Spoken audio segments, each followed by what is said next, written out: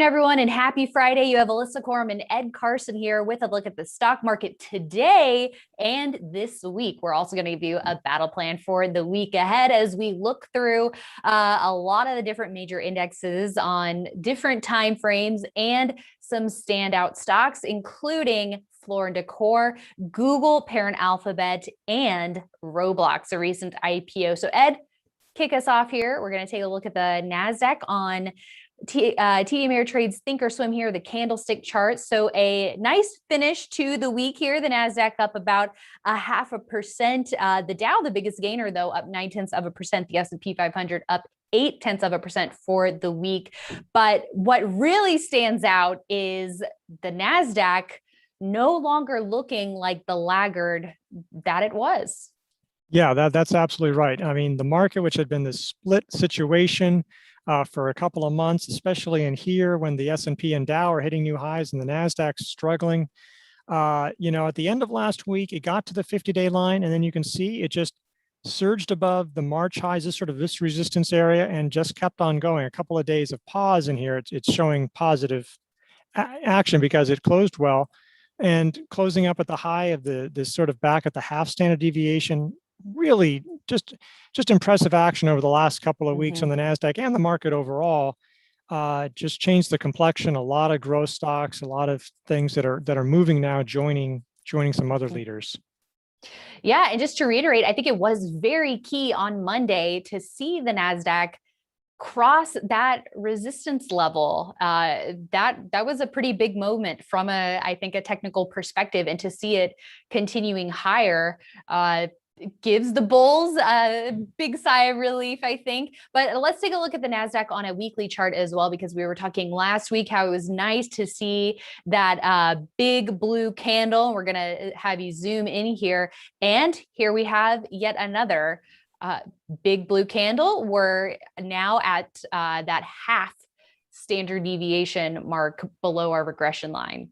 Yeah, just really strong. You can see this whole area was sort of fighting in here between areas. And so we weren't really 100% sure, even after last week, if we were there.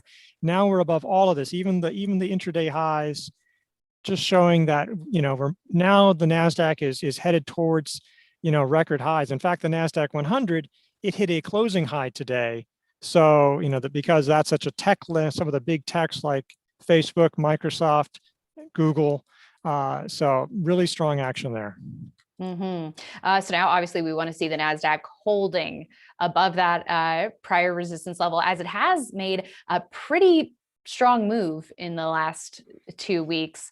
But let's also take a look at the S&P 500 and Dow, because those indexes are hitting highs. They're acting well, but are we now at a point to where we might, at the very least, potentially see a pause at these levels? Yeah, and we at this point, the S&P is now more than 5% above its 50-day line, and that's not extended. I think it's about 6% where we start getting worried with the S&P 500. But if we pulled back a little bit on the S&P or the Dow or the Nasdaq, I mean, that would be normal. It might even be healthy in a way, because you might avoid, because then you reduce the risk of a bigger pullback, and maybe let some other stocks form handles. There's a lot of stocks that have run up and are getting close to buy points, but they've been running up, and it'd be nice to see if they could shake out some weak holders.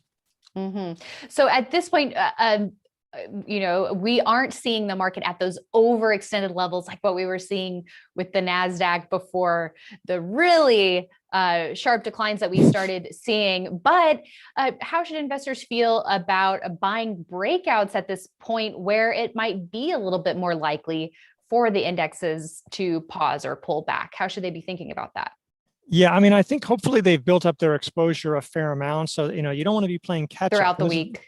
Yeah, so like throughout the week and maybe last week, and there may have been some existing holdings from like non-tech sectors that, now that you've added, that you already had. And so, I mean, maybe you add on a little bit, but, if you're chasing at this point, you're getting in after a lot of stocks that have already broken out. Now, maybe things will keep on going. But yeah, you want to try to get into a rally relatively early. This rally was odd because it didn't feel like the NASDAQ got to be a rally until late last week, early this week. But certainly by now you would have wanted to be, have a fair amount of exposure. All right, and let's look at the Dow as well. Just check in on that. It's very similar to the S&P 500 after some tight action finishing Friday on a pretty strong note. Who knows? Maybe it's a magnet to 34,000 at this point. We'll have to see. But we do also want to check in on small caps because the action there hasn't been as great, but it's hanging in there, Ed. Yeah, it's not that bad. I mean, the Russell fell a little bit this week, but it closed above the 50-day line, maybe just a touch below the 10-week line. You know, if you're looking at a stock, this is sort of a stock setting up in a base. I mean, it's not, if this is your laggard, this is such a different story than the laggard being above the 50-day line as opposed to the Nasdaq being below the 50, below the 21-day. This is where, you know, there's a much better kind of negative news. Yeah, most definitely. So it seems like a little bit of a resolution between last week and this week of that bifurcated market that was just so very apparent. And we're even seeing strength in the likes of home furnishings retailers. So Floor and Decor, a great example of that. Looking, a couple of weeks ago, Williams-Sonoma had that big breakaway gap on earnings. It's continuing to look good. And now we have Floor and Decor in a related group with a breakout of its own today. Yeah, and this whole field has done pretty well. Anything that's a housing retailer is doing well. RH, which is more of a peer of Williams-Sonoma, but then you have Home Depot and Lowe's. So a lot of strength in there. The breakout, there's a couple of buy points. There's 101.84. This is a handle. It's a little bit messy, but it is above the midpoint of the base. And so it sort of extended this sort of, didn't really look too powerful, but really came on here. Could have bought it from there. It's now slightly extended, but now it's also getting into this area over the 108 area. So you could probably still buy it here, knowing that that's possible you could see a pullback, but nice action here. I mean, as we look at the numbers, the fundamentals are improving, transitioning over there. Looks like there's going to be pretty strong growth over this year and next year. So a lot of things to like about this stock. Mm-hmm. And as you're saying, Ed, great that we can identify some of these slightly earlier entries on a lot of these stocks, in addition to those breakouts to highs, because if you can start initiating your position before it gets to those new highs, the better off you might be in terms of holding in there and not getting shaken out if it does, as you said, pull back after hitting those highs. Roblox is another stock that we want to take a look at. Recent IPO that's been on our radar since its debut in the gaming software group. Had a nice pop on Friday, didn't quite finish at highs, still up about 2% for the day, tested an early entry. And whether it was today or maybe earlier in the week, I think that was Monday, maybe it was last Thursday when it crossed a trend line within that base there. You maybe could have snuck in at that point, but it's trading basically around the same level now. But what do you like about this IPO stock? It's pretty nice action. The volume dried up as it came down. I mean, obviously it has all those violent moves because that's an IPO. That's what it does.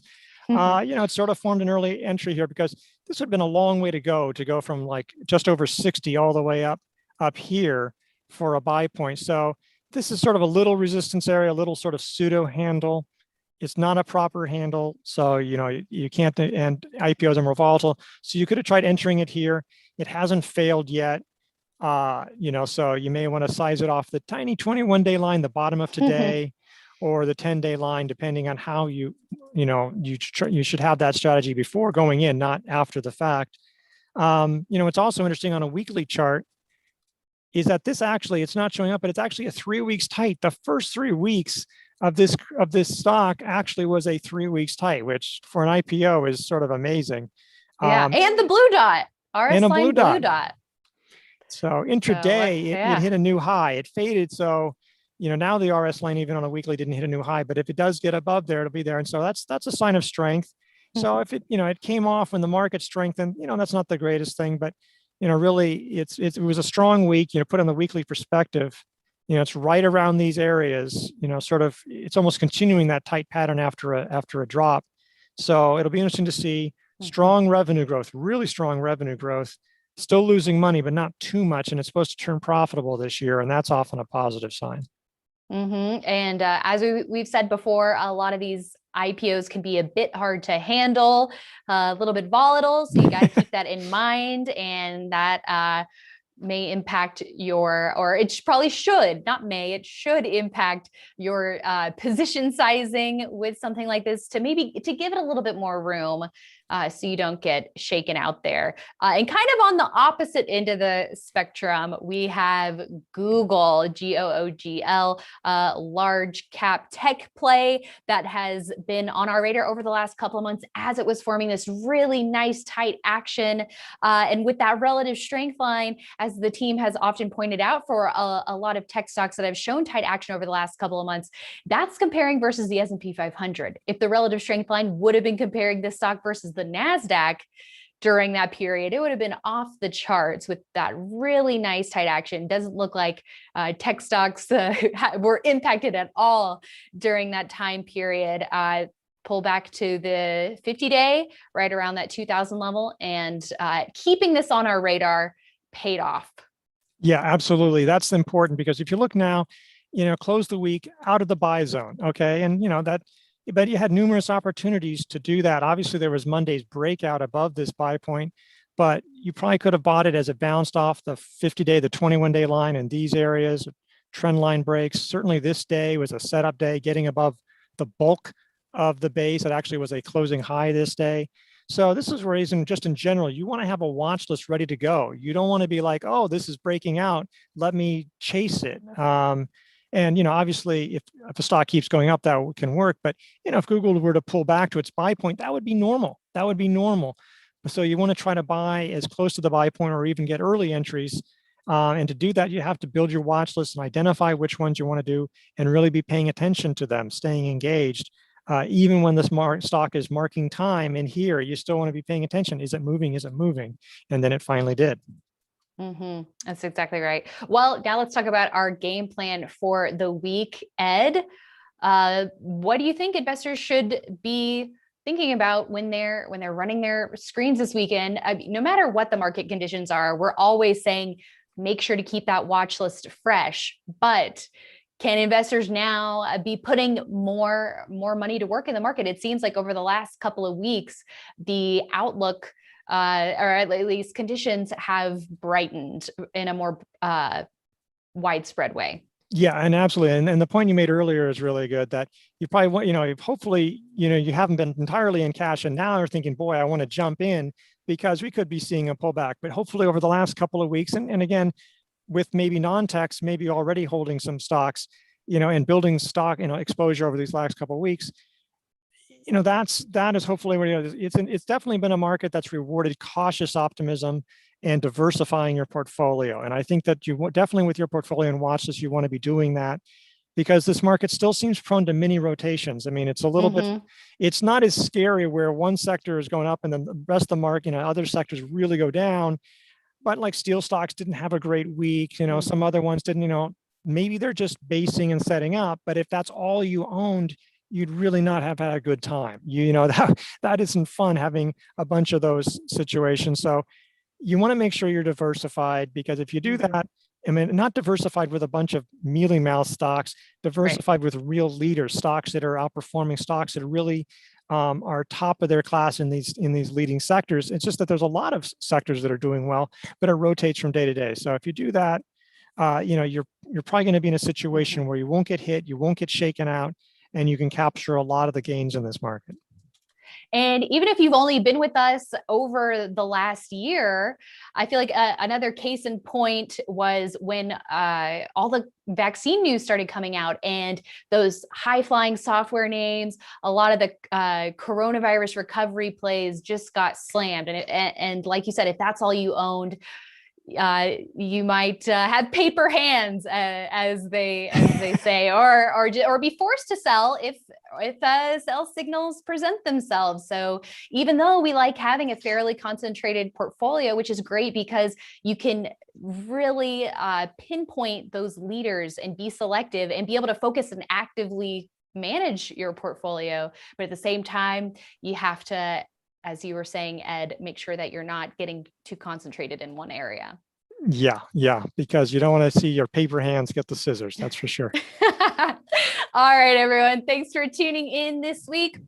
We'll be back with more insights on Monday morning for our IBD Live episode. Make sure you check that out, investors.com/IBD Live, our daily morning live stream. We're sharing our screens, talking about stocks on our radar, overall market conditions, portfolio management strategies, and you never know when a special guest might show up, because that was the case today with David Ryan.